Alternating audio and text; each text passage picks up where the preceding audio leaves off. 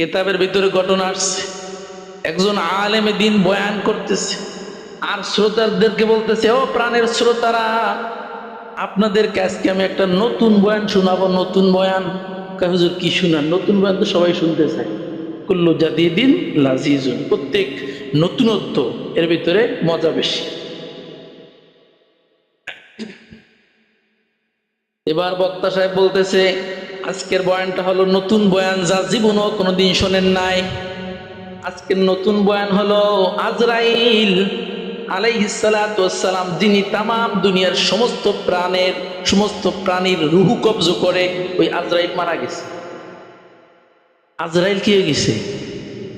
আজরাইল মারা গেছে। শ্রোতারা তো আশ্চর্য, আজরাইল মারা গেছে, তাই তো কম সারছে। আজরাইল যদি মারা যায় তাহলে দুনিয়ার আর কোনো মানুষের মরণ হবে?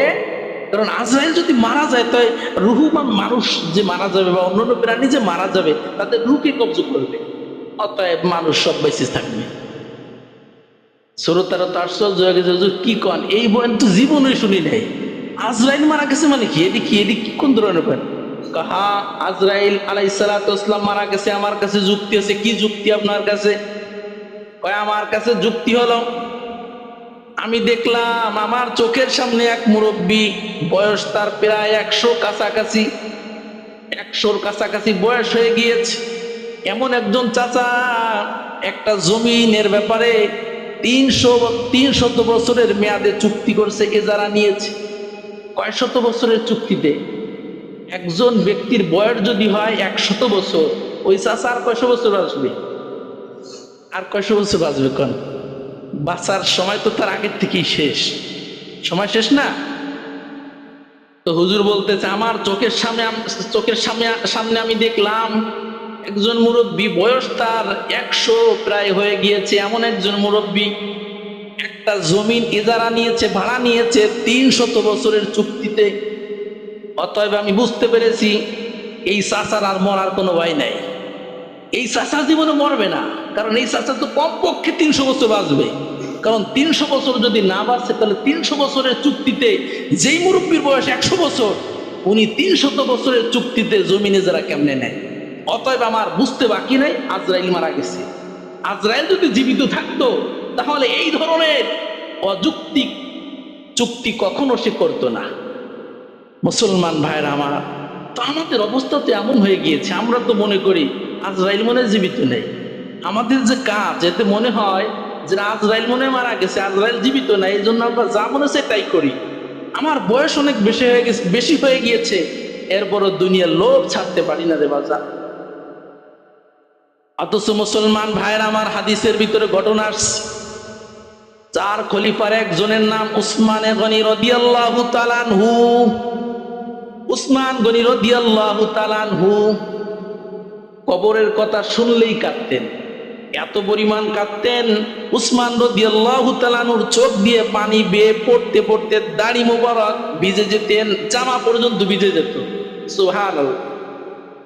সাহাবায়ে কেরাম জিজ্ঞাসা করছেন, আপনার কাছে একটা প্রশ্ন, জাহান্নামের বয়ান আপনি শুনেন, জাহান্নামের বয়ানও আপনি করেন, জান্নাতের বয়ান আপনি শুনেন, জান্নাতের বয়ানও আপনি করেন, কিন্তু জান্নাতের বয়ানে আপনাকে কখনো ওইভাবে কাঁদতে দেখি নাই, জাহান্নামের বয়ানেও আপনাকে ওইভাবে কাঁদতে দেখি নাই।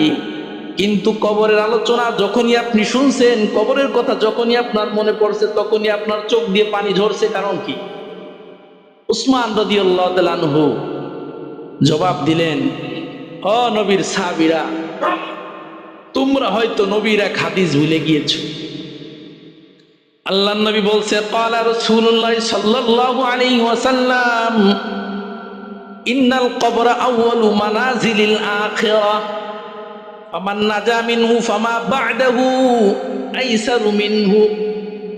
আল্লাহর নবী বলছেন, কবর হচ্ছে পরকালের সর্বপ্রথম ঘাঁটি। কবর কি? পরকালের সর্বপ্রথম ঘাঁটি। আল্লাহর নবী বলেন, প্রথম ঘাঁটিতে যেই ব্যক্তি মুক্তি পেয়ে যাবে তার জন্য পরবর্তী ঘাঁটিগুলো আল্লাহ সহজ করে দিবে। কবরে যে ব্যক্তি মুক্তি পাবে, কবরে যার সহজ জবাব কি হবে? সহজ হবে। কবরের ভিতরে যে ব্যক্তি সহজে 3টি প্রশ্নের উত্তর দিতে পারবে, আল্লাহর নবী বলেছেন তার পরবর্তী যে ঘাটিগুলো আছে, হাসর নাসর যা কিছু আছে না কেন, সব কিছু আল্লাহ তাআলা সহজ করে দিবে। কিন্তু যে ব্যক্তি কবরেই ধরা খেয়ে যাবে, 3 প্রশ্নের জবাব কবরে যে ব্যক্তি দিতে পারবে না, আল্লাহ নবী বলেন ফামা বাদাহু আসাদ্দু মিনহু, পরবর্তী ঘাটি আরো পর্যায়ক্রমে কঠিন হয়ে যাবে। এই জন্য জাহান্নাম জান্নাত এটা তো পরের কথা, আরে হাসর নাসর ফুলসুরত এগুলো তো পরের কথা। আসল হচ্ছে কি কবর, আসল কি কবর। এই জন্য আমি কবরের কথা শুনলে কাঁদি, কারণ কবরে যদি আমি মুক্তি পেয়ে যাই, কবরের জীবনটা যদি আমার জন্য আসান হয়, তাহলে আমার পরবর্তী জীবনটা কি হয়ে যাবে, আসান হয়ে যাবে। এই জন্য আমি কবরের কথা শুনলেই কি করি। মুসলমান ভাইরা আমার, আল্লাহর নবী আব্দুল্লাহ ইবনে ওমর রাদিয়াল্লাহু তাআলা আনহুকে একদিন হাত ধরে বলতেছে, হে আব্দুল্লাহ ইবনে ওমর, দুনিয়ায় কেমনে বসবাস করবা, কোটি টাকার সম্পদ গড়বা না দুনিয়ায় কেমনে চলবা। অনেক সময় বড়রা ছোটদেরকে নসিহত করে না।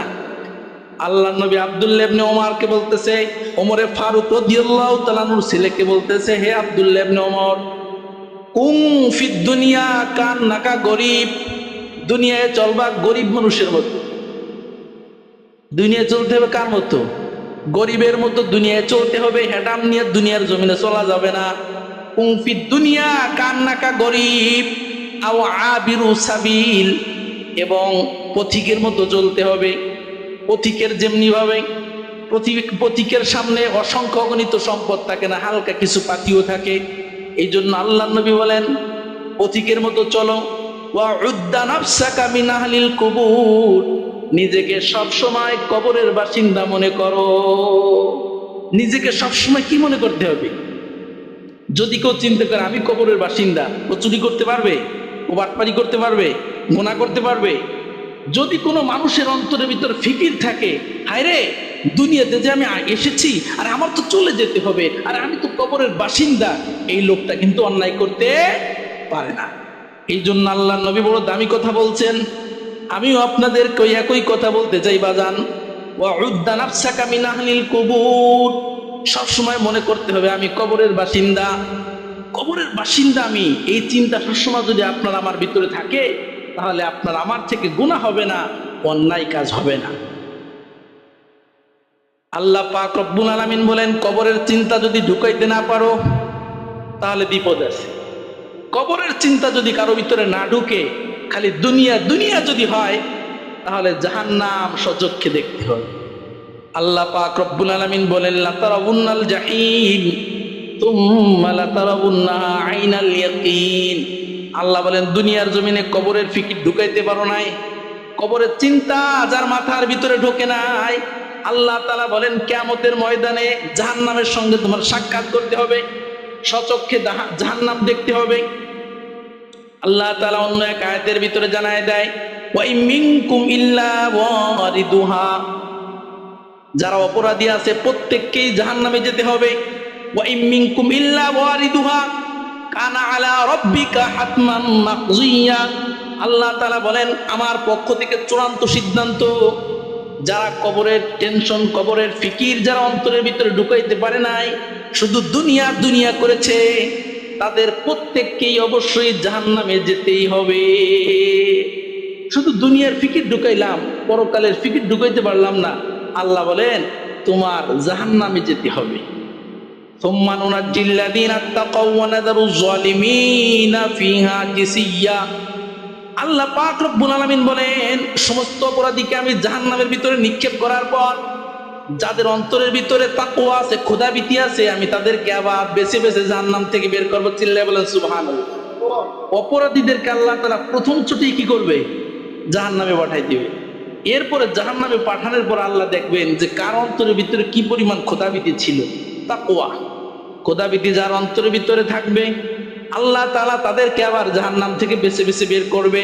ওয়া নাযারুয যালিমিনা ফিহা জিসিয়্যা। আল্লাহ বলেন আমি জাহান্নামদেরকে আর ওই জাহান্নাম থেকে বের করব না, জালেমদেরকে জাহান্নাম থেকে বের করব না, জালেমদেরকে আমি জাহান্নামে নতজানু অবস্থায় নিক্ষেপ করব।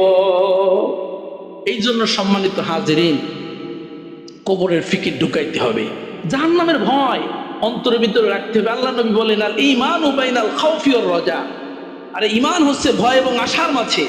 জান্নাতের আশাও রাখতে হবে, জাহান্নামের ভয়ও রাখতে হবে। যদি শুধুমাত্র জাহান্নামের ভয়ই রাখেন, তাহলে জাহান্নামের ভয় করতে করতে আপনি তো দুনিয়ায় কোনো কাজই করতে পারবেন না। এই জন্য আল্লাহ নবী বলেন জান্নাতের আশা রাখো, জান্নাতের আশাও থাকতে হবে, আবার জাহান্নামের ভয়।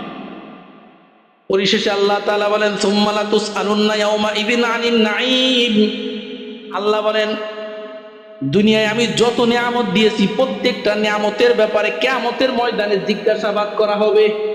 আল্লাহ তাআলা যত নিয়ামত দিয়েছে ছোট বড় প্রত্যেকটা নিয়ামত সম্পর্কে আল্লাহ তাআলা কিয়ামতের ময়দানে কি করবেন? জিজ্ঞাসা করবেন। আল্লাহর নিয়ামতের হিসাব দেওয়া যাবে? আল্লাহর নিয়ামত কয়টা? আল্লাহ বলেন ওয়াইন তাউদ্দু নি'মাতাল্লাহ ফালা তুহসুহা। আল্লাহ বলেন ওয়াইন তাউদ্দু নি'মাতাল্লাহ লা তুহসুহা। আল্লাহ বলেন আমার নিয়ামত দুনিয়ার জমিনে এত পরিমাণ আছে জীবনও হিসাব করতে পারবা না। আল্লাহর নিয়ামত আমরা যে এত পরিমাণ ভোগ করি এটা হিসাব করা কখনো কিনা সম্ভব না।